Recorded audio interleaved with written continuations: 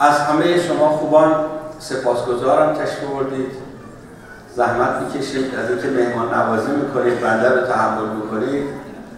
تشکر مضاعف دارم.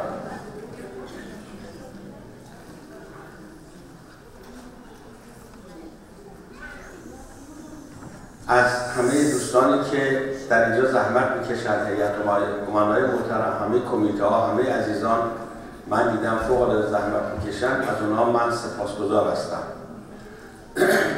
اینجا خانه خداست و تفاوت خانه خدا با همه خانه هایی که هستن، همه خانه های دلمون خانه خداست. اینی که ورود به اینجاها مثل کلاس درس هم اینجوریه، مسجد و کلاس درس شبیه هم هستن. آداب و ترتیب مدرسه کلاس درس، هر جای کلاس درس هست یکیه. یکی از توصیه هایی که برای آغاز هر عبادت و آغاز هر رشدی هست که آدم وضو بگیره. به عنوان مقدمه عرض میکنم. این نکاتی که در مقدمه عرض میکنم نکات کلیدی است. پیامبر خدا فرمودن کلید همه عبادت ها وضوست. اگر عصبانی شدید وضو بگیرید. همان گونه که آب آتش را خاموش میکند، وضو هم دلها را آرام میکنه. وضو هم با آدم آرامش میده، خشم رو از بین میبره. وقتی یه مرتبه تو خونه خدای نکرده عصبانی شدی وضو بگیریم. یکی از دوستان میگفت یاد حرف شما بودم، با بچه‌م برو بگو کردم، یه مرتبه گفتم برم وضو بگیرم، رفتم با آینه نگاه کردم، آب اومدم به صورتم بزنم، خجالت کشیدم. چرا اصلا پرخاشگری کردم به فرزندم؟ چرا با خانمم تون صحبت کردم؟ ولی نهایتاً وضو رو گرفته. وضو کلید عبادته. کلید عبادته. به یک دو نفر دوستان که غروب منظور جناب مهندس کمیلیان خدمت رسیدم، این نکته رو عرض کردم، به ذهن آمد خدمت شما باز میکنم. سال گذشته در حج در بعثه بودم، من با یکی از استادان برجسته دانشگاه یمن با هم ملاقات داشتیم. ایشون گفتن که من در واشنگتن با یه ایرانی 3-4 سال هم اتاق بودم. آدم خیلی خوبی بود، با هم خیلی دوست بودیم، اما یه وقتا سر وضو با هم بحث میکردیم. خیلی بحث میکردیم سر وضو. ایشون همینجوری دستش میکشید به سرش و پاشو، من میگفتم بابا دست قشنگ جفت دستتو بکش دور سرت، پاتو بشور، بیا اینجا بشوریم دیگه، چرا این کار میکنید؟ آخه این وضو نشد که.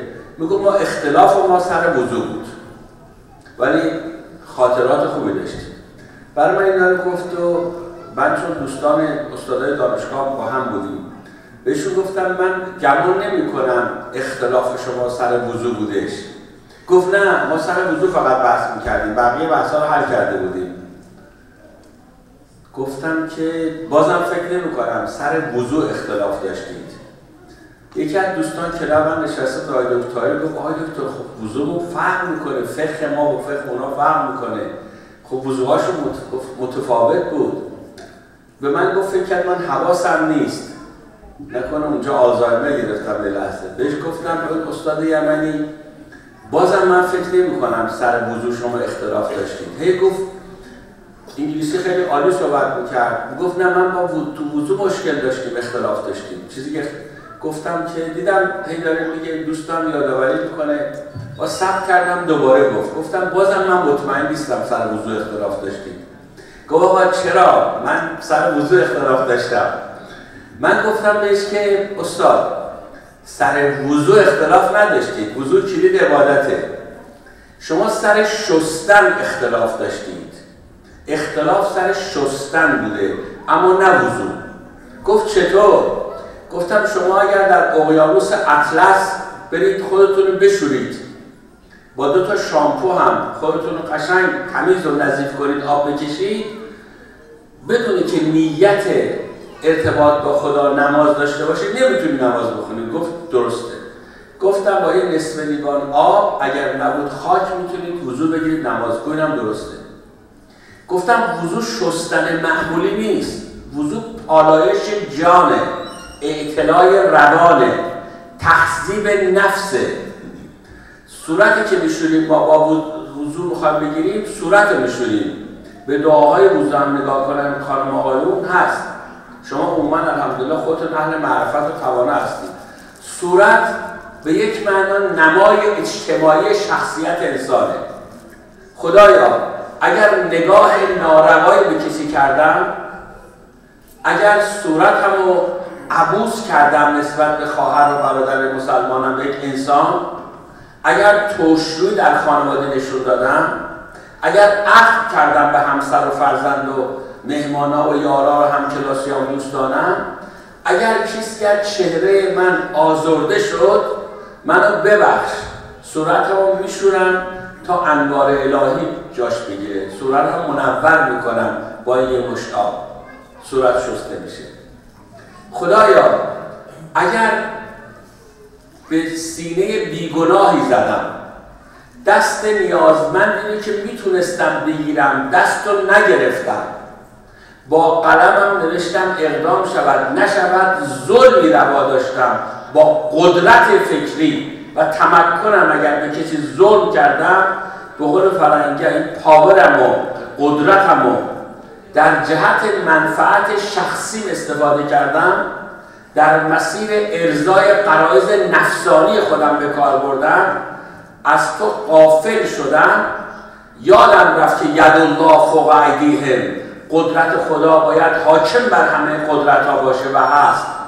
من این قدرت خودم رو منزه می کنم. دست سمبل قدرت بشره که باید زیر نظر قدرت خدا باشه، برای خدا بچرخه، قدرت برای خدا باشه.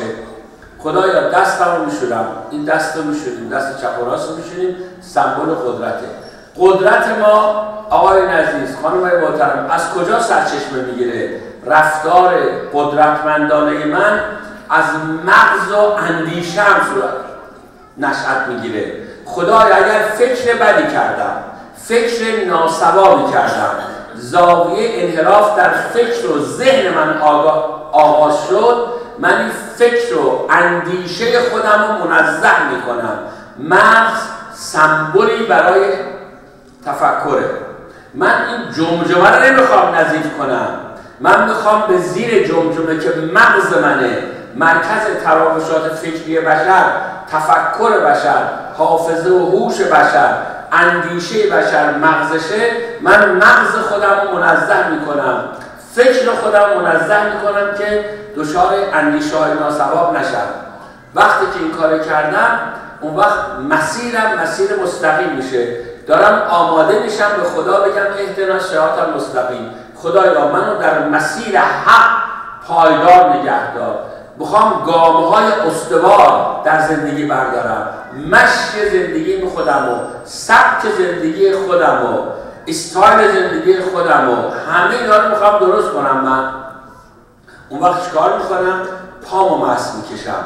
مست پا، خدایا منو در مسیر مستقیم در زندگی قرار بده که احساس آرامش بکنم، احساس خوشبختی بکنم که اشاره خواهم کرد. مسیر منو در مسیر نور و هدایت قرار بده. اینم مست پاست. این مست. حالا من خودم مقلدم، به رساله عمل میکنم، خودم دارم عرض میکنم، اما ما با 2 تا انگشت 4 تا انگشت روی پا رو مست میکشیم. شما میخواید بشوری بشور، اما اگر این اندیشه در وضو نباشه، شما به فلسفه وضو نمیرسی. یعنی بصیرت نداشته باشه وضو یعنی چه؟ میگی من اختلاف دارم. اختلاف ندارید. اگر هر دو اهل تشیع و تسنن هر دو با این اندیشه وضو بگیرن، این وضو هر دو درسته. بحث کمی نیست چقدر سرم و پاهمو بشورم، بحث کیفی است. بله اول باید پا پاک باشه، سر پاک باشه بگیریم. من به اینجا که رسیدم، خدا حاضر ناظر بود. من دیدم این گونه های خیلی نگاه نمی‌کردم، به صورتش صحبت می‌کردم. بعد دیدم گونه هاش پر از اشک شده. یه خورده آروم شدم، دیدم دوستای خودم متأسف شدن. گفتش که شما اینو جای مکتوبم نوشتی؟ گفتم بله، برات ایمیل میکنم. من اینو نوشتم. گفت من 17 سفر اومدم مکه رفتم، این بار که میرم دانشگاه یمن برای استادا دانشجوها سوغاتی من همین بحثه. این تقریب اندیشه هاست، تقریب اندیشه ها، مکتب ها همینه. اگر به فلسفه بیاندیشیم، به فلسفه ساده با نگاه روانشناختی تربیتی بیاندیشیم، بابا وضو اینه، وضو تهذیب نفس بشره، اطلاع وجوده، به همین جهت آرامش میده.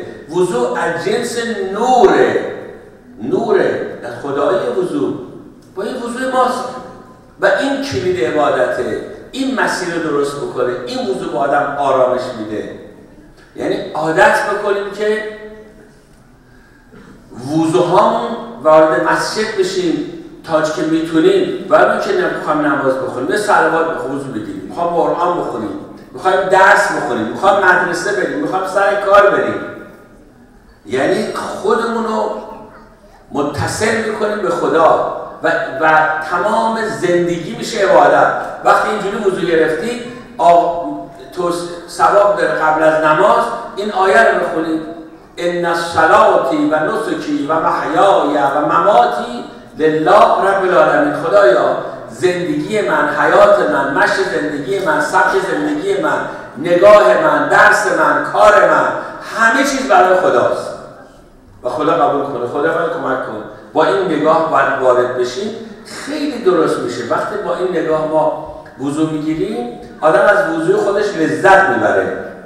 خیلی بحث مهمیه. بنابراین ورود ما به همه مکانها، به طور عام به مکانهایی که قداست بیشتری دارن، مثل مسجد، مثل خانواده، خیلی مهمه. مثل کلاس و درس و مدرسه با این نگاه توصیه شده و این زیبایی رو بیشتر میکنه.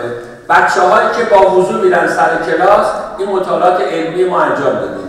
بچه‌ها و جوانایی که با وضو میرن سر کلاس، قدرت یادگیریشون بیشتر میشه. سلولای مغز مثل آهنربا عمل میکنه، قدرت یادگیریشون، جاذبه‌های فکریشون بیشتر میشه، تمرکزشون غنی‌تر میشه و کمتر خسته میشن. خستگی معنا نداره اصلا براشون.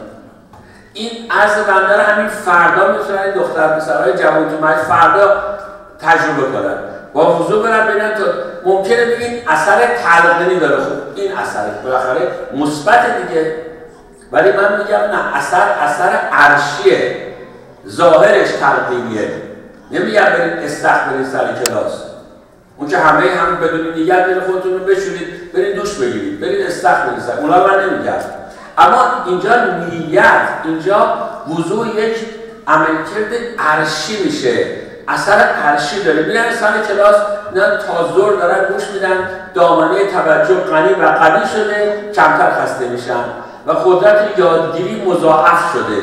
یعنی آدم پالایش روانی پیدا میکنه، ذهن و فکر پویایی مضاعف پیدا میکنه. این به عنوان مقدمه. اما بعد در ادامه بحث دیشب به خانواده رسیدیم. امروز چند نکته راجع به خانواده علی فاطمی میخوام بگم. خانواده مطلوب چه خانواده‌ای است؟ مثل خانواده شما و همه خانواده‌ها باید در مسیر مطلوب باشه. اشاره کردم کوتاه، خانواده تنها نهاد فطری، طبیعی، بی‌بدیله، یعنی اصلا نمونه نداره، بی‌بدیل و جاودانه بشره. خانواده خودش نهادهای اجتماعی را می‌آفریند. نهادآفرین از خانواده. خانم نهادآفرینه. همه نهادها برای خانواده ایجاد می‌شود. یعنی برنامه‌های همه نهادهای اجتماعی برای دوام، قوام و استحکام خانواده ایجاد میشه. پس خانواده طبیعی‌ترین نهاده، مقدس‌ترین نهاده. یعنی از مسجد قداستش بیشتر و کمتر نیست. پیامبر خدا که درود خدا بر او باد در مسجد فرمودند محبوب ترین بنای هستی از نگاه من خانواده است ولا غیر. و خود پیامبر خدا این خانواده رو تأسیس کردن. غایت ازدواج، هدف پای ازدواج رسیدن به آرامشه. خدا می‌فرماید در قرآن کریم من شما رو زوج آفریدم، ازدواج کنید تا به آرامش حقیقی برسید. انسان دو منبع اصلی آرامش داره: یاد خدا، دل آرام گیرد به یاد خدا. دوم، آرامیدن در کنار همسر دلارام و آرامشگر. همسر که عرض میکنم آقا و خانم، آقای و خانم. بچه ها هم آرامششون حضور در باغ زندگی است. خانواده مثل باغه، مثل گلستانه از منظر همه ادیان. در تورات هست، انجیل هست، در قرآن همه شبیه همه واژه ها. الرجال قوامون علی النساء فرموده خدا در قرآن، یعنی شوهرها باید پاسدار و سنگربان باغ پرتراوت خانواده باشند، در قربت بیشتر. در این باغ زندگی مادرها باغبانند، پدرها سنگربان هستند و بچه ها اگر باشند گل و میوه هستند. گلها و میوه ها بیش از همه نیازمند حضور پویا، دلارام، بشاش و راضی باغبان هستند و نقش پدر اینه که باغبان حیات زندگی رو دلارام کنه، امیدوار کنه و به باغبان زندگی خودش، باغ خودش اطمینان بده که عاشقشه، دوستش داره، مواظبشه. اگر تربیت را 10 تا سم براش قائل شیم، آقای محترم، خانم عزیز، نیک میدانید، از باب ذکر عرض میکنم، تربیت اگر 10 تا سم براش قائل شیم، 9 تاش مال مادره، 1 دونش مال باباست. اون 1 دونه بابا اینه که به مادر برسه، که اشاره خواهم کرد، بیشتر توضیح میدم بعدا. یعنی به باغبان خانواده باید برسه. پدر با بچه کاری نداره اصلا. این که پیامبر خدا فرمودن بهشت زیر پای مادران است، یعنی مادران ترسیمگران بهشت، سعادت و دلآرامی فرزندان هستند، به شرطی که خود مادر دلآرام باشه، امیدوار باشه، از زندگیش راضی باشه، رضامندی زناشویی داشته باشه، پشتر شوهرش از گل نازک‌تر چی نگه، شوهرش رو دوست داشته باشه و شوهرم تمام آرامش تقدیم همسر بکنه. که اینو در ادامه بحث اشاره خواهم کرد، در آیین فرزندآوری، فرزندپروری در خانه علوی توضیح میدم. بحث مهمیه. خانواده بعد اشاره کردم 2 تا رکن بیشتر نداره: زن و شوهر. بچه ها مهمان خانواده هستند. خدا خانواده میآفریند، خدا مسجد و دانشگاه نمیآفریند. چرا خدا خانواده میآفریند؟ آفرینش الهی، فلسفه آفرینش بر آفریدن خانواده استواره، نه چیزی دیگه. خانواده چون 2 رکن بیشتر نداره، زن و شوهر، برای آرامش خدا میگه ازدواج کنید، زن و شوهر فقط. چرا؟ برای اینکه خدا هستی رو زن و شوهر میآفرینه، عروس داماد میآفرینه. خدا زوج آفرینه. زوج یعنی زن و شوهر، دختر و پسر، عروس و داماد. خدا احد است و صمد، لم یلد و لم یولد، کفی ندارد ولیکن کف آفرین است. کف در سوره میخونیم، قول و سوره میخونیم، سوره توحید، کف یعنی زن و مرد، عروس و داماد، دختر و پسر. خدا زوج میآفریند. این شریک زندگی، کف یعنی شریک زندگی، زن و شوهر یعنی زن و مرد، دختر و پسر. خدا فقط زن و شوهر میآفرینه. بلاغه سنگم که میشکافیم، اتماش به یک اندازه دختر و پسرن، به یک اندازه مثبت منفی هم. 1 دونه اتم جا به جا بشه انفجار صورت میگیره.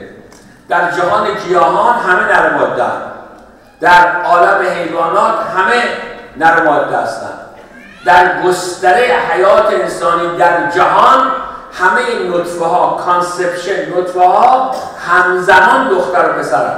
ما عروس پسرزا و دخترزا نداریم. جنسیت خدا در عالم غیب تعیین میکنه، بشر نمیتونه جنسیت تعیین بکنه. حالا بیان نطفه رو بگیرن، مثلا اسپرم بگیرن ببرن مثلا تو آزمایشگاه پسر دختر درست کنن، این اصلا توازن و کاری نداره، توازن رو به هم نمیزنن. وقتی میخواد نطفه منعقد بشه، میلیاردها میلیارد سلول دارن در حرکتن، هیچ کس نمیدونه. آقا یه ایکس داره، یه ایگرگ یا وای داره، خانم دو تا ایکس، کدوم یکی از ایکس آقا با کدوم یکی از این ایکس های خانم ترکیب میشه؟ ایگرگ ترکیب میشه دختر پسر. هیچ کس نمیدونه، هیچ کس نمیدونه، فقط خدا میدونه. اگر این علم دست بشر باشه، بشر هستی رو نابود میکنه. خیلی از ایرانی‌ها پسرخوان. به همین جهت در تولد باید همه 50-50 بشن، چون خدا نطفه ها رو 50-50 میکنه. کشورهای مثلا شمال اروپا آماراش رو من در آوردم، تمام از 100,000 تا 100,000 تا دنیا میان دختر پسرن. بعضی موقع میشه 100,001، یه وقت میشه 99,999 دختر. یعنی این یه دونه معلومه سر سخت شده چی شده در دوران رحیمی. ولی تولدها متفاوته تو ایران. 4 تا پسر بیشتر از دخترها هستن، چون سخت جنین در پسرها بیشتره، در دخترها بیشتره، پسرها بیشتر میمونن. در تولد پسرهای خود بیشترن، اما در دراز مدت خدا همه رو دختر پسر میآفرینه. خدا زوج میآفرینه. خدا عروس اومد، هیچ عروس رو بدون داماد نمیذاره، هیچ داماد بدون عروس نمیشه در نگاه هستی. خدا زوج میآفرینه. پس زوجیت لازمه زندگی است. هر کس بلوغ جنسی رو تجربه بکند، بلوغ جنسی تجربه کنه، سلامت باشد، هوشمند باشد، قدرت پذیرش مسئولیت داشته باشه، اولین فرصت باید زوجش انتخاب کنه. انتخاب زوج و عقدی که انجام میگیره، میثاق مقدس عقد، میشه خانواده. چیزی تو ساختمون باشن نباشن، دلهاشون کنار هم شد، خانواده دارن، آرامش میاد سراغشون. آقا تو آمریکا باشه، خانم تو کانادا، آقا اینجا باشه، بعد بالاخره جدا باشه. من عقد کردن یعنی آرامش نصیب هر دو میشه. خود عقد این زوجیت در واقع آرامش ایجاد میکنه، تردید درش نیست. من خلاصه بخوام بگم این فرآیند خیلی مهمه. اونایی که عمدن ازدواج نمی‌کنن، فرصت ازدواج مطلوب دارن، فرصت دارن که هم با همسر مطلوب ازدواج کنن، عمدن ازدواج نمی‌کنن، به میان سالی میرسن، بالای حدود 40 سالگی میرسن، می‌بینیم که رگه‌هایی از پریشانی روانی و بدخلقی و تندخلقی و اختلالات پارانویدی سراغشون میاد، وسواس. اونایی که عمدن ازدواج نمی‌کنن، یا اونایی که خدای نکرده با همجنس‌های خودشون ازدواج میکنن که از دهه سال 1970 شروع شد، به زودی پژمرده میشن، دلمرده میشن. بیشترین افسردگی در گی‌ها و لزبیان‌ها وجود داره در جهان و بعضا خودکشی گروهی میکنن، مثل دلفین‌ها وقتی جمع میشن در سان فرانسیسکو یا برلین کل جمع میشن، دردهاشون میکنن چه مصیبتایی دارن، بعد یواشکی ازدواج میکنن. این فاجعه است. دولت‌های غربی میخوان قانون عوض کنن، توش موندن، گیر کردن. یا مثلا پارتنرشیپ‌ها، اونایی که پارتنرن، همخانگی دارن ولی ازدواج نکردن، هیچ وقت آرامش رو تجربه نمی‌کنن. پارتنرن و به همین جهت شاهد رشد منفی جمعیت میشیم. من حالا در فرزندآوری خواهم گفت، من با مکانیزم مستقیم تشویق برای فرزندآوری موافق نیستم و نخواهم بود. در رسانه عمومی هم از قول من نقش شده. من میگم باید ازدواج‌های بهنگام غنی بشه و راحت بشه. وقتی ازدواج صورت بگیره، ازدواج پایدار با انتخاب دقیق و عروسی آسان، اون وقت شاهدید که بچه‌ها دنیا میان. نگران تولد بچه‌ها نباشید، نگران ازدواج بهنگام و ازدواج‌های پایدار باشید، ازدواجی که بمانند. ازدواج 2 مرحله داره برای تأسیس خانواده. یک، انتخاب دقیق بعد از شناخت متقابل که هر دو باید آرامشگر هم باشن. دوم، عروسی آسان. عروسی باید آسان باشه، عروسی نباید اصلا معضلی باشه، تشریفات خیلی نباید داشته باشه. مهم دغدغه در انتخاب همسر مطلوبه که باید ویژگی‌های آرامشگری داشته باشه. این اصل کاره. حضرت زهرا سلام الله علیها خیلی خواستگار داشتن، خیلی ها میخواستن داماد پیغمبر خدا بشن. آدمای ثروتمند با قیافه‌های مختلف از عربستان و کشورهای منطقه میخواستن داماد پیغمبر خدا بشن و پیغمبر خدا آزادانه با حضرت زهرا مطرح میکردن. امروز فلان کس مایل بود بیاد خواستگاری کنه. حضرت زهرا جواب نمیدادن و دیگران رفتن سراغ علی علیه السلام. علی جان شنیدیم زهرای اطهر خیلی خواستگار داره، شما نمیخواد؟ ایشون گفت من اندیشم ازدواج با زهراست اما روم نمیشه به پیغمبر خدا بگم. من اینو به زبان ساده میگم، متون مختلف اینا نوشتن، سالها سوینا من یادداشت برداری کردم تا اینکه به حضرت علی میگن اگر وقت کار از کار میگذره. حضرت علی میان خدمت پیغمبر خدا و میشینن، زانو ادب میزنن میشینن. عبارات دقت کنید جسارتا. پیغمبر خدا میفهمن علی اومده یه کار جدی داره، مثل فرزند خودش بودن، هم میدونه دختر خودش آرامش بخش آرامش آفرینه، علی هم وجودش اصلا سمبل آرامش بود. ایمان خودش اساس آرامش، ایمان از امنیت بیاد یعنی آرامش. آدم مومن یعنی آدم دل آرام، مومن حقیقی همیشه آرامش باید داشته باشه. ایمان اصلا امنیته، امنیت قلبی. میگیم مؤمنه یعنی وجودش پر از امنیت و آرامشه، طمأنینه داره، سکینه قلبی داره. هر دو کمال رو داشتن. وقت علی علیه السلام در متون مختلف من دیدم میگن خب علی جان بگو ببینم چی کار داریم. حضرت علی نمیگن که اومدن برای خواستگاری، این جمله رو نمیگن. اونی که نقد شده مستقیما نقد شده علی علیه السلام عرض میکنن من اومدم ببینم آیا رسول خدا اجازه میدهن منم از دخترشون زهرای اطهر خواستگاری کنم؟ اجازه میدهید منم خواستگاری کنم؟ خیلی زیباست این جمله، اجازه میدهید منم خواستگاری کنم. پیامبر خدا میگه خب چرا اینجوری میگید؟ یه خورده بلندتر بگو. یه خورده با هم نظام میکنه، من باید برم باز از دخترم سوال کنم. خیلی قشنگه. همینجا پدر دختر میگم باید با دخترم باز مشورت کنم.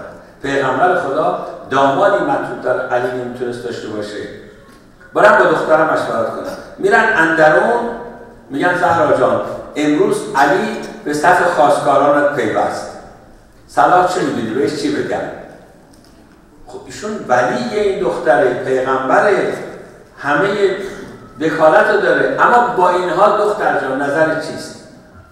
حضرت زهرا عرض میکنن پدر جان شما وکیل من هستید، ولی من هستید و هر چی که مصلحت میدونید من تابع مصلحت شما تسلیم هستم. پس پیغمبر خدا میگه خب پس آریت از ته قلب بود. حضرت زهرا متوسل میشن، منتظر بودن ایشونم، تردید نکنید.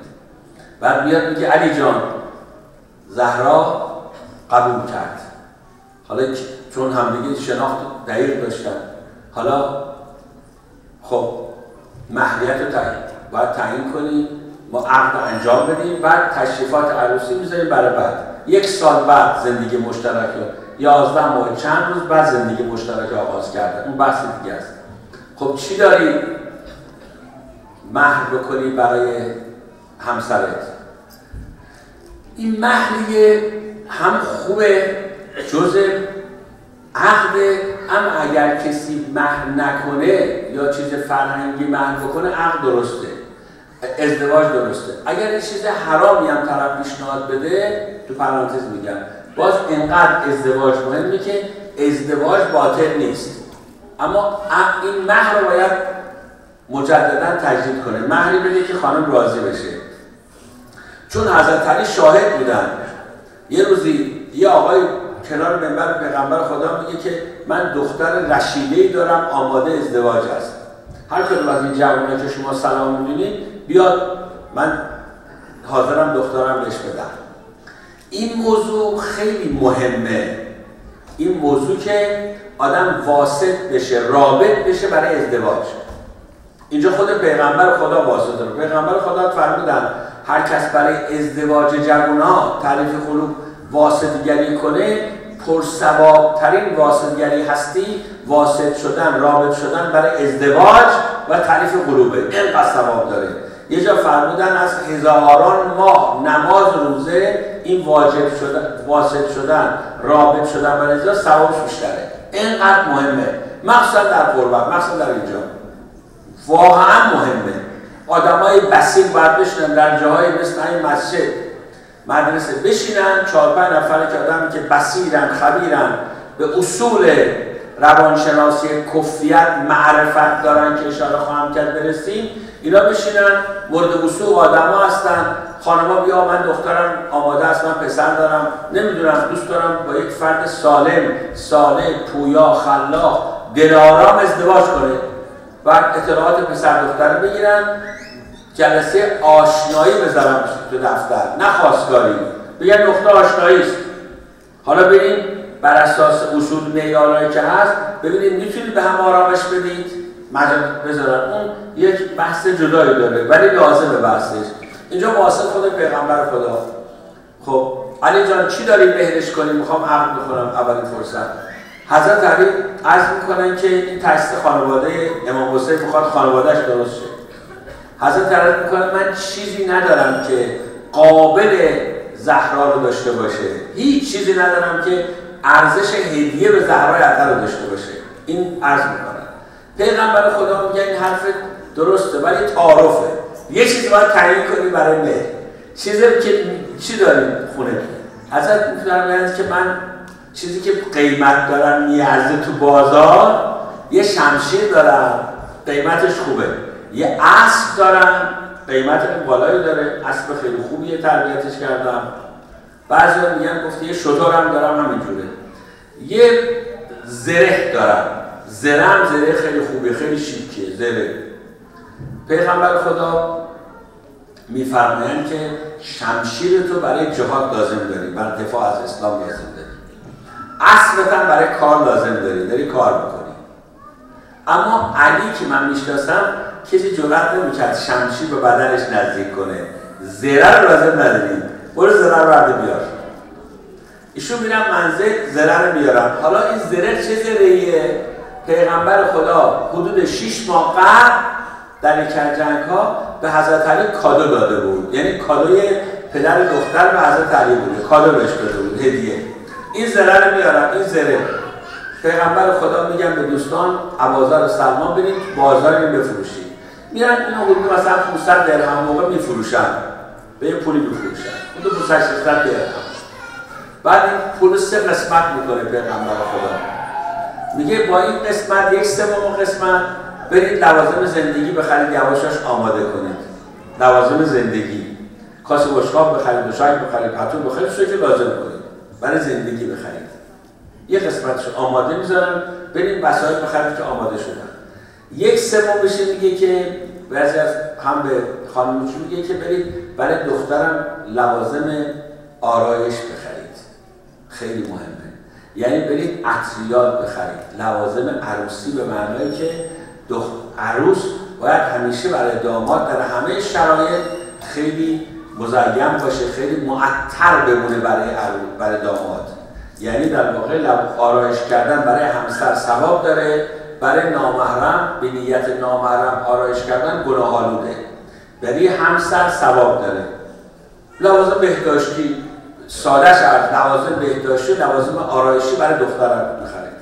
خود پیغمبر خدا خیلی پول عطر می‌دادن، خیلی برای عطر هزینه می‌کردن، برای عطر و گلاب خیلی هزینه می‌کردن.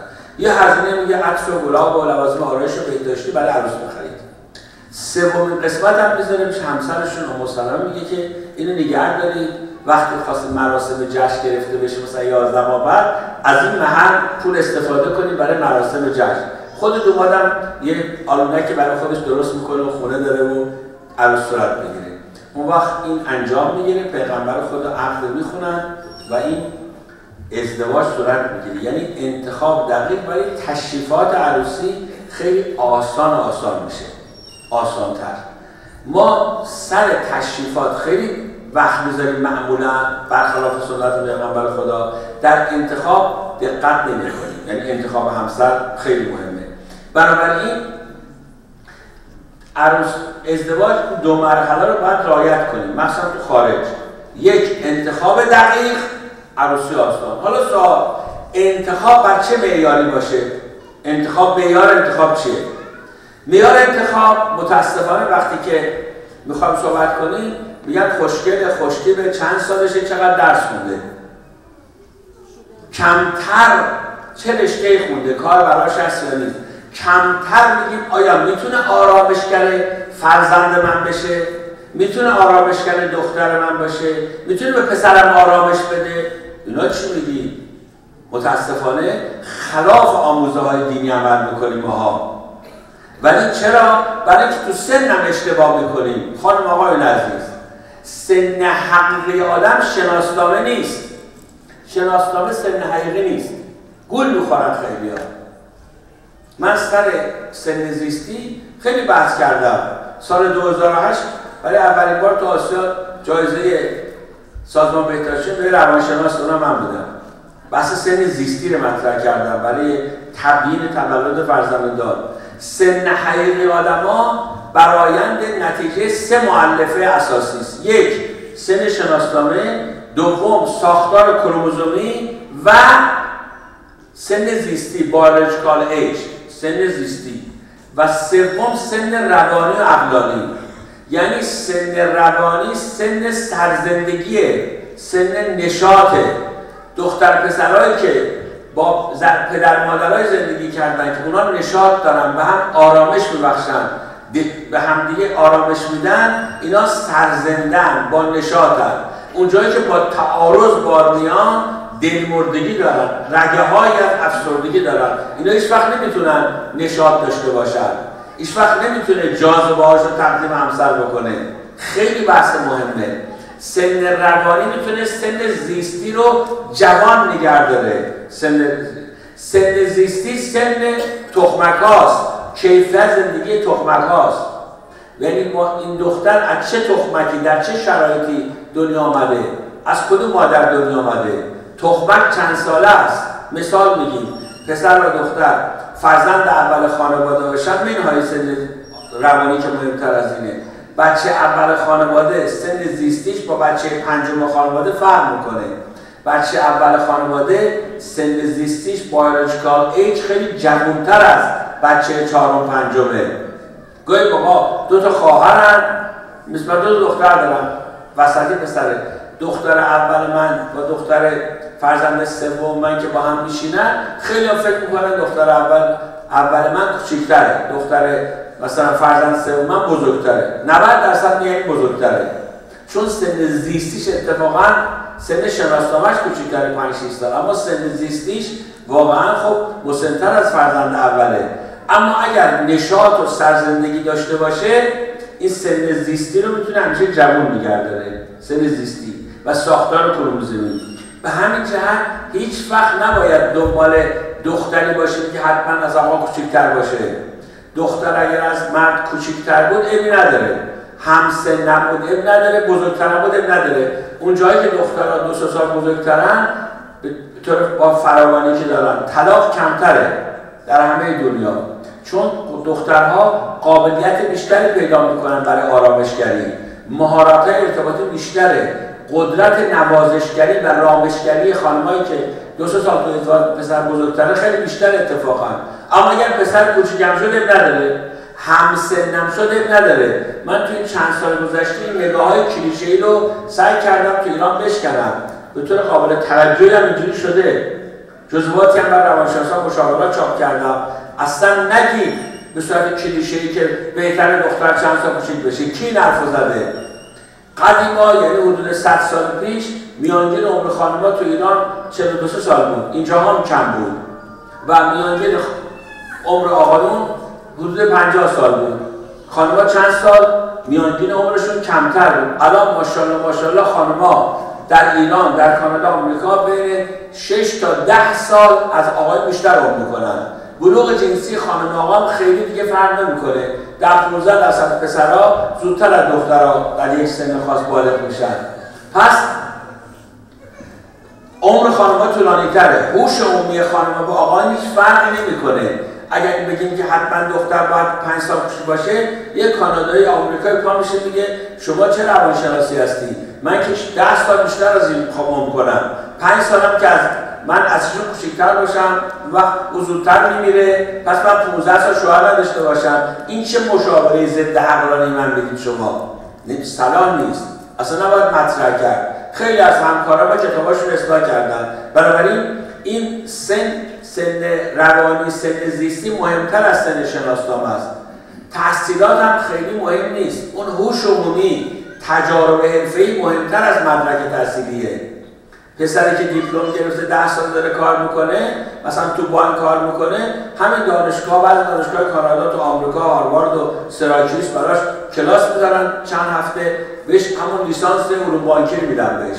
کسی که فقط با دیپلم 10 سال بانک کار کرده، اقتصاد خرد و کلان زمان تخصصش یاد میدن به حساب، همون بهش میدن.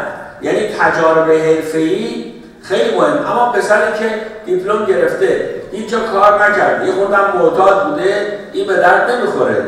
مهم اینه که اگر تحصیلش کمه در یک حرفه‌ای تجربه ارزشمند حرفه‌ای به دست آورده باشه، این از فوق لیسانس مثلا دکترا قیمتش بیشتره. زیربناش هم هوش عمومیه، مهارت ارتباطی و اجتماعیه. سن خیلی مهم نیست. وضعیت خانواده هم خیلی مهم نیست، ثروت هم مهم نیست. مهم اینه که آدم وابسته به ثروت نشه. یعنی با نگاه ثروت و پول با همسر صحبت نکنه. و همینجا از ثروت برای آرامش باید زندگی کرد، نه که رو ثروت وایسا پوز داد. بعضیا کم دارن بیشتر پوز میدن، بعضیا زیاد دارن خیلی سخاوت دارن. سخاوت فرد، وارستگی فرد، آزادگی فرد، نگاه به پول به عنوان یک وسیله برای خوشبختی آرامش مهمه، نه نگاه به عنوان یک پوز، نه پشتوانه زندگی. اینا جواب نمیده. خویشاوندان اگر ارتباطشون با هم خوب باشه، دختر پسر عاشق هم باشن، عملا دوست داشته باشن، ازدواجشون خوب اتفاقا میتونن یه غربالگری ژنتیکی بکنن، بچه دارن میشن، مشکل ندارن. آمریکا قانونش عوض کرده، اکثر ایالت‌ها دیگه آزاد شده دختر پسر رو ازدواج کنن. طلاق هم تو اینا کمتر، حمایت اجتماعی بیشتر شده. نمیخوام مفصل بگم، این بحث مفصلیه.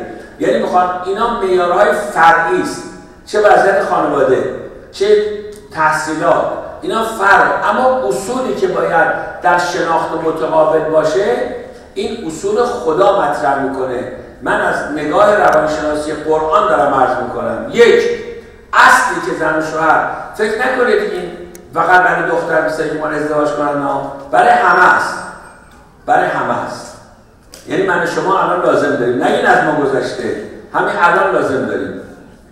به زنم من نکته بگم، چند سال پیش بود شبکه 2 یه برنامه داشت تلویزیون به نام سوال، مسائل اجتماعی مطرح میکرد. سوال راجع به طلاق، چرا طلاق زیاد شده تو ایران؟ متاسفانه اصلا 4 تا ازدواجی که در 5 سال گذشته در شهرهایی مثل قم، تهران، مشهد، تبریز، اصفهان صورت گرفته، یکشون دارن جدا میشن، یکشون درگیرن، یکشون بی تفاوت و کم تفاوت، یکشون راضی‌ان یا کاملا راضی. خیلی زیاد شده متاسفانه. ریشش اینه که در انتخاب دقت نمیشه. عوامل فرهنگی زیاده میدونم، اما مهم انتخابه. تو این شرایط باید انتخاب دقت بیشتری کنیم، خیلی انتخاب کنیم. بحث بود که چرا طلاق زیاد شده. من رفتم نشستم اونجا، میخواستم برم داخل استودیو، چند لحظه دیر رسیدم چون چند نفر از من سوال میکردم، وقت میخواستم، با تأخیر رسیدم اونجا. بعد این مجریه گفتش که آقای دکتر خانم زنگ زده بعد از 17 سال میخواد جدا بشه. گفتم بفرمایید. گفت من 17 سال ازدواج، 2 تا بچه دارم، شوهرم اینجوری. اول گفتم نباید کسی در تلویزیون پشت سر همسرش حرف بدی بزنه، من گوش نمیدم، حرف خودت بزن. گفت برای میخوام جدا بشیم، با هم نمیسازیم، مثلا شوهرم بد اخلاق و تندخوه. من آقا گفت حالا جواب بدید شما نظرتون چیه؟ من گفتم من نفهمیدم این خانم ازدواج کرده یا نکرده. خانم بلند صحبت کرد، آقای دکتر من ازدواج کردم، 2 تا بچه هم دارم. من گفتم خانم من نفهمیدم ازدواج کردید یا نکردید میخواد جدا بشید. گفت بله آقا ما ازدواج کردم فلان. بعد این مجریه خود ناراحت شد، اینم فکر کرد من چند لحظه دیر اومدم مشکلی پیدا کردم. این چه روانشناسیه؟ این خانم میگه ازدواج کردن، این میگه مگه ازدواج کردید میخواد جدا بشید. من دوباره گفتم دیدم این آقا داره ناراحت میشه، ممکن است پشت دیگه برنامه زنده بود قطع کنن، دیگه ناجور بود. گفتم خانم من شنیدم شما 17 سال قبل ازدواج قانونی، فقهی و شرعی کرده اید و الحمدلله 2 فرزند بچه هم دارید، اینا هم درسته، اما نفهمیدم بعد ازدواج فقهی و شرعی کرده اید آیا ازدواج آرامشگرانه، ازدواج عاطفی و روانی هم انجام دادید و ندادید؟ گفت نمیدونم چی میگی. گفتم ازدواج خدا میگه برای رسیدن به آرامشه. همسر مطلوب همسری است که وجودش آرامشگر، نوازشگر، رامشگر وجود همسر در طول حیات باشه، حیات مشترک. آیا آرامشگر هم بودید، نوازشگر هم بودید؟ گفت اینا تو زندگی ما نبود تو زندگی ما، الان میشنم از شما. گفتم منظورم اینه. این آقای مجری هم تازه فهمید که باید گوش کنیم. اتفاقا من برای عرض خواهم کرد به اون خانم فرصت با همسرش اومدن از دادگاه برگشتن، الان زندگی بسیار خوبی دارن، بچه‌هاشون هم خیلی رشد خوبی داره. قبول کردن، هر دو قبول کردن که هیچ وقت نوازشگر آرامشگر هم نبودن. غایت هدف اصلی هستن به آرامشه. همسر خوب آرامشگره. حالا آرامشگر چه صفاتی باید داشته باشه؟ چه صفاتی داشته باشه؟ یک، خدا میگه در قرآن آرامشگر کسی است که خیلی مهمه، جسارتا میدانید از باب ذکر به زبان ساده اما مهمترین مباحث روانشناسی دینی رو دارم عرض میکنم. بر فراز عصرها نسل‌ها جاودانه و این بحثا هم فطری است، هم معنوی است، هم عقلانی و هم جان شموله. این بحث که عرض میکنم برای همه دنیاست، فقط برای ایرانی‌ها و مسلمانان نیست. باید زن و شوهر خدا میگه باید مثل تنپوش باشن، برای هم لباس باشن. خیلی مهمه. هن لباس لکم انتم لباس لهن. ای آقا خانم که ازدواج کردید 20 سال 30 سال ازدواج، حالا اومدید تو غربت تو کانادا هستید، اینجا لباستون باید لباس نو باشه، لباس مستحکمی باشه، لباس آرام بخشی باشه. لباس عیبا رو میپوشونه. زن و شوهر حق ندارن عیب همدیگر رو افشا کنن، جز در مواردش میشه یک مشاور برای حل موضوع. عیب همدیگر رو نباید افشا کنن. لباس کاستیار میپوشونه. یه خالی مثلا طرف کوبیده یه کاستی بدنش داره لباس میپوشونه، زندگیشون کم و کسی داره. زن و شوهر حق ندارن کاستی‌های همدیگر به دیگری بگن. کاستی‌های زندگی مشترک رو زن و شوهر حق ندارن کسی دیگه بگن. لباس مسئولیت میده، آدم لباس میده بدنش آلوده نشه.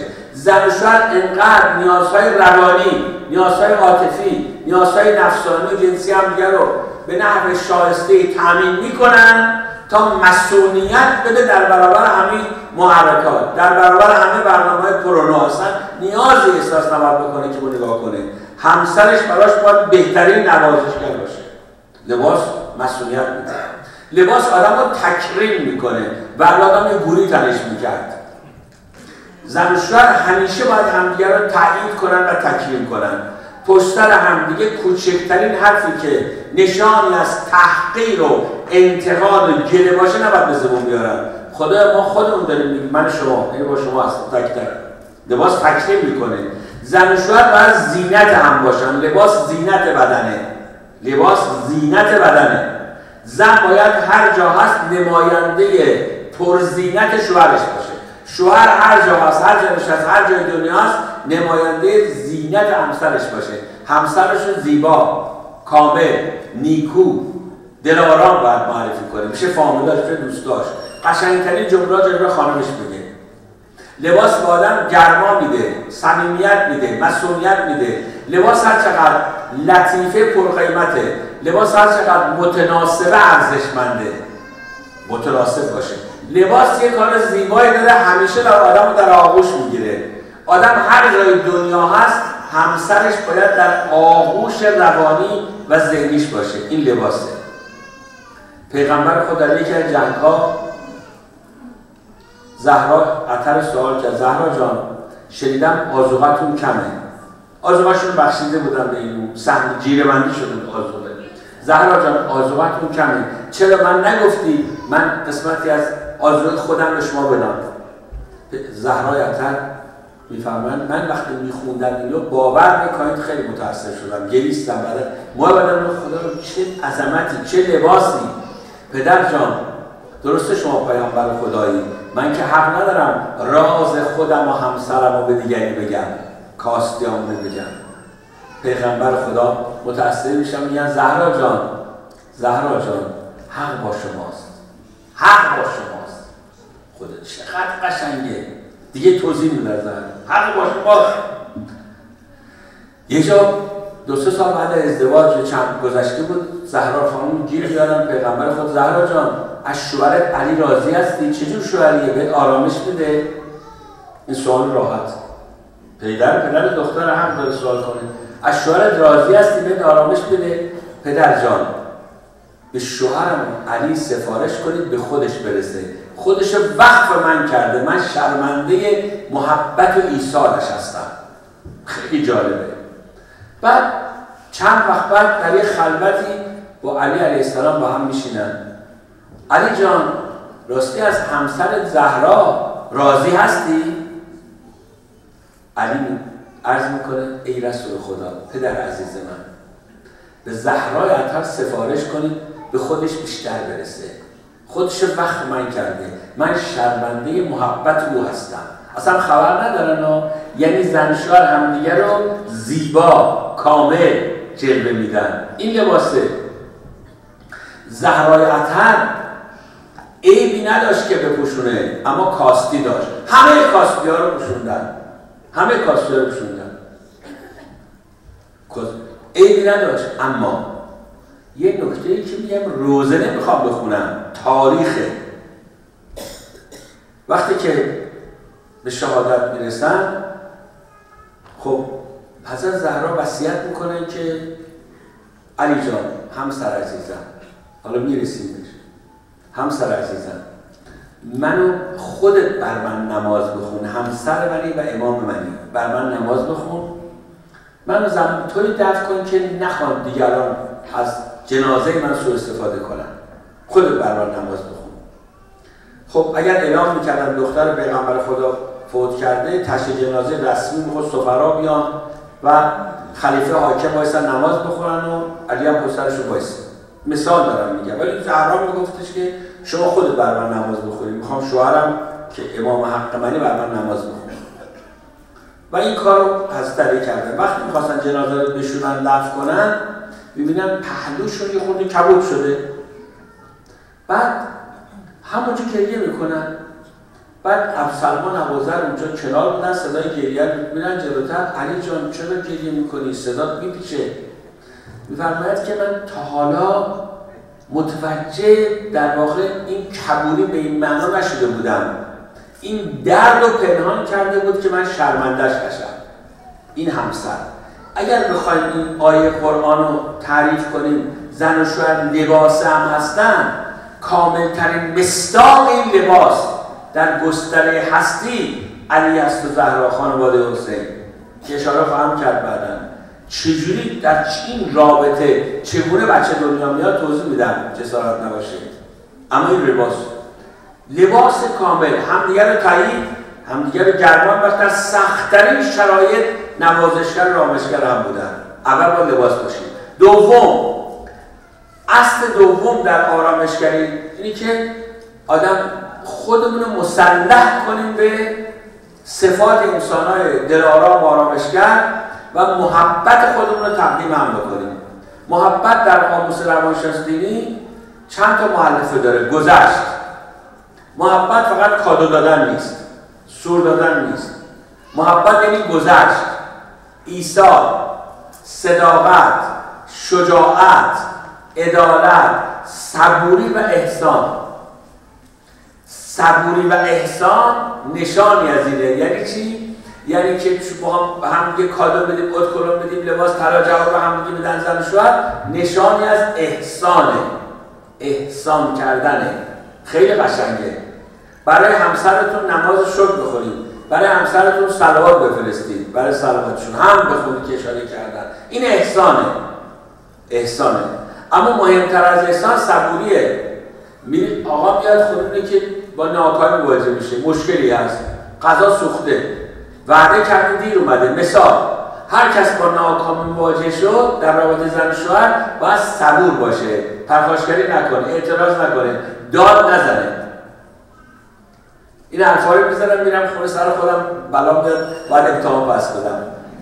رفتم منزل چند وقت پیش، نشسته بودیم که یو خانم، حالا من خودم انصافا کمک میکنم، مهمونم داشتیم، خانم اومد غذا بیاره، خودش تو فسنجی بود، داغ هم بود تو این شیشه‌های پرکسیش اونا، پاش گیر کرد به این جارو برقی که قبلا جارو کرده با عجله اونجا بود، افتاد این غذا ریخت گردن من، گردنم سوخت و ورقه با هم با دکتر همش داد. همینجا یاد خودم بودم، حرفای خودم، آدم باید صبور باشه. خودم باور کنید این سوزش این داغی و شیشه رو حس می‌کردم، اما صبور بودم. گفتم فدای سرت، تقصیر منه که نشستم، من نباید میشستم، اصلا باید کمک میکردم، اشتباه کردم نشستم. تازه من نبودم، شما جاری کرده بودید و مهمونان بودن، تموم شد رفت. هی عذرخواهی بودم نمیخواد، تموم شد رفت. اینجا هم باید صبور باشه. میگم مگه کوری، مگه نمیفهمی، مگه آدم چه وضعشه؟ آخه چیه؟ این حرفای کلیشه‌ای واکنشیه، زود هم واکنشون بده. پس هر کس هر چه دوست داره عصبانی نمیشه. عنایت کنید چند دقیقه من عرض میکنم، بقیه بحثم فردا. ببینید آدم کسی رو دوست داره عصبانی نمیشه. شما یه مهمان گرانقدر و عالی مقام و با محبتی رو دوست دارید، بعد از 20 سال میاد خونه شما، از اینکه خیلی براتون عزیزه، میخواید پذیرایی کنید، مثلا خونه گرونترین بشقابا رو دارید، یه بشقاب داره از زمان خشایارشا بوده، یه دونه کریستال داره با لوح 16 همه رو میچینی رو میز. این آقا مثل من کلامزی میشه و دست باشه رفتی میاد دست برداره بشقابو خیلی بخوره میشکنه، چون دوستش دارید این آقا رو چی میگه فردا سر بالاخره باید میشکست دیگه، درسته؟ چون دوستش دارید عصبانی نمیشید. اما یه نفر خودشو مرتب تحمیل میکنه به شما، یه ملامین اندروژی یه خشم روش میفته، میگیم دست با چرفتی برای پا نمیشه بره، تموم شد. یه نفر بچه‌ش به شما میده، یه لحظه بغلش میکنید، این بچه عطسه میکنه، بینیش هم ریزی بیرون، خاله بچه رو بگیر. یه مادری بچه‌ای داره که مشکل اورولوژی داره، کلیه و مثانه‌اش مشکل داره، با سون ادرارشو میکشن، هر روز باید سوبرلا عفونت میکنه. حالا خوشگل‌ترین لباس پوشیده این مادر میخواد عروسی برادرش بره، بچه رو بغل میکنه، از آسانسور که میخواد بیاد پایین اتفاق افتاده، بیاد پایین بچه شروع میکنه به ادرار کردن، تمام لباس مادر چیکار میکنه؟ عاشق بچه‌شه، بچه رو بغل فشار میده، الهی قربونت برم جیش کن ببینیم تا من تماشا بریم، کیف میکنه، بچه داره درمان. این محبت اینه. آدم کسی رو دوست داشته باشه، همه ادعا میکنه زنشان هم دیگر دوست داریم. محبت فقط شکلات دادن، کار دادن، محبت این صبوریه. آدم کسی رو دوست داره دروغ نمیگه. پیاژه روانشناس شهیر سوئیسی میگه که از بچه‌های دبستانی پرسیدم اگه بخواید دروغ بگید، حالا مثاله، ولی پرسیده به معلم‌ها دروغ میگی یا پدر مادر یا همکلاسی‌ها؟ اکثر قراره گفتن به همکلاسی‌ها، کسی نیستن که به مامان دروغ نمیگم، به بابا دروغ، به معلم هرگز. چرا دروغ میگم به اینا؟ دروغ نمیگم. گفت همون سوال از دبیرستانی‌ها کرده بود. اگه بخوام دروغ به کیا بگیم؟ اکثرا گفتم به پدر مادر یا معلم میگم، به دوستام دروغ نمیگم، همکلاسی هرگز.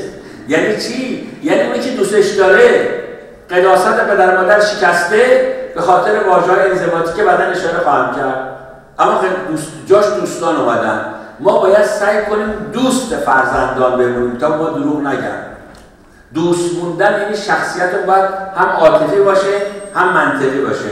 پس محبت یعنی گذشت، ایثار، صداقت، شجاعت، صبوری اسلام. سومین ویژگی‌ها اینم عرض می‌کنم، بقیه‌اش برای جلسه بعد، که برای اینکه آرامشگر باشیم باید تمام جاذبه‌های خودمون رو بازشناسی کنیم، بدون درنگ، بدون منت، بدون توقع و بدون زحمت تقدیم همسر کنیم. آقا تقدیم خانم کنه، خانم تقدیم آقا، مخصوصا در غربت، بویژه در کانادا آمریکا. همه جاذبه‌ها رو همیشه نثار همدیگه کنیم. این جاذبه‌ها کدوم هستن؟ دافعه‌ها رو دور کنیم، جاذبه‌ها رو زیاد کنیم. جاذبه‌ها کدوم هستن؟ جاذبه‌های ظاهر، هیئت ظاهر. دو، یعنی لباسایی که خوشگلی که شوهراتون براتون میخرن یا شما برایشون میخرید هم روز بپوشن. ما نگه می‌داریم برای عروسی فلان، جشن فلان و اشتباهست. ولی امریکایی و کانادایی که خانم برای شوهرش پیرهن میخره همون شب میپوشه، با هم شام میخورن. آقا برای خانم میخره همون روز. ما نمیدونیم، ما کمتر عادت داریم به دلایل فرهنگی. همون رو استفاده کنید. همه لوازم آرایش برای شوهر مصرف شه. شب عروسی عطر زهرا پیغمبر خدا یه عطر گرونی کادو داد به دخترشون زهرای عطر، یه عطر بهشون داد.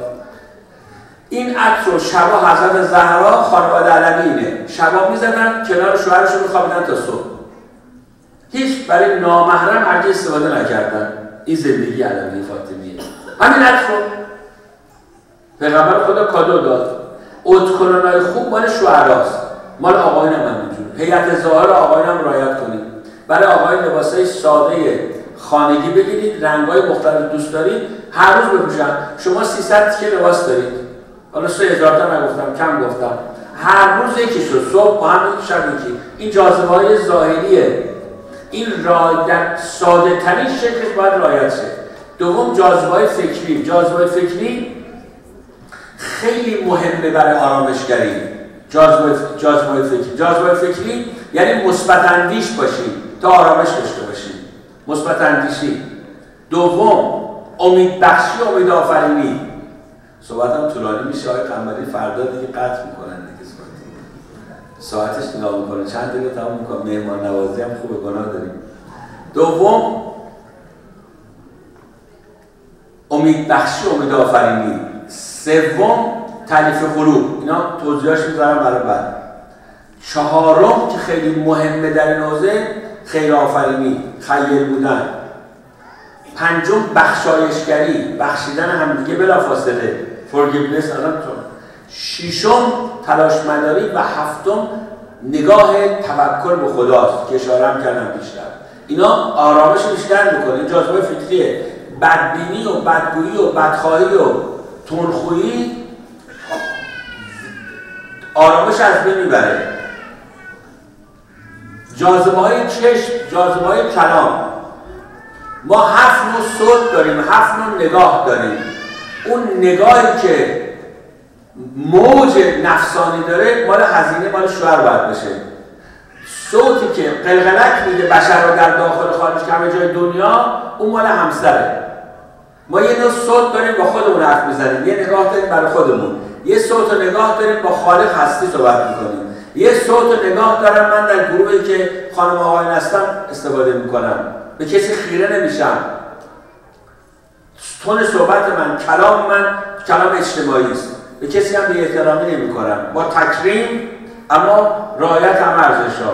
این صوت اجتماعی، سوشال ووکس باید باشه. باید عادل باشه آدم تا بتونه عمل ببینه، معلم عادلی باشه.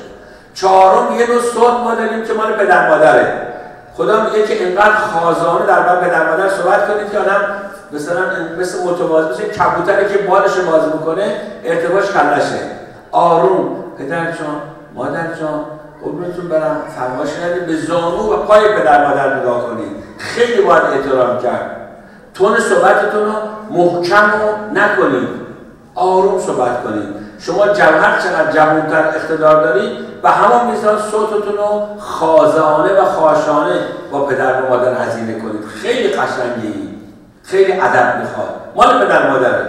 یه نوع صوت داریم و نگاه مال خواهر برادره. این صوت و نگاه خواهر برادر خیلی قشنگه، اما عاطفی است، حمایتی است، اما جنسی نیست. باید خیلی دقت کنیم. صوت خواهر برادر خیلی مهمه. کلامشون به دل میشینه. نجوایی که امام حسین علیه السلام با حضرت زهرا شب عاشورا داشتن آنچنان استواره در قلب حضرت زینب ایجاد کرد، امام حسین و زینب سلام الله علیه، که هیچ وقت هیچ کس ندید که حضرت زینب در محافل عمومی گریه کنه، خودزاری کنه، خویشتن داره. مطلقاً بعد از اون نکرد. امام حسین دلداده زینب بودن و زینب عاشق برادرش بود. از شوهر خودش اجازه میگیره، سر عقد شرط بسته بودن اگر برادرم رفت ما هم میریم، با هم بدن با جعفر همسرشون. این نجوای برادر خواهر خیلی مهمه، نوع صداشون. نمیخوام بیشتر توضیح بدم. و آخریش باید نوع صوت با فرزنده، با هدایت میخواد. و نهایتا هفتمین صوت همون که فرنگی ها میگن سکشوال وایس، سکشوال لوک، مال زن شوهره. اینو هزینه نکنید برای نامحرم. اگر هزینه شد زاویه انحراف آغاز میشه. اگر اصلا هزینه نکنید گرفتار میشیم. 50-50 خوب نیست. آدمای عاقل همه جاذبه‌های صوت نگاه رو برای همسرشون هزینه میکنن. سوره نور اینه میگه. انشاءالله بقیه بحث رو دیگه من ببخشید که خود بیشتر صحبت کردم، فردا ادامه میدم. از توجه شما ممنونم. برای سلامتتون دعا میکنم، برای شادی ارواح طیبه شهدای کربلا، روح متعالی امام حسین علیه السلام و یارانشون صلوات بفرستید.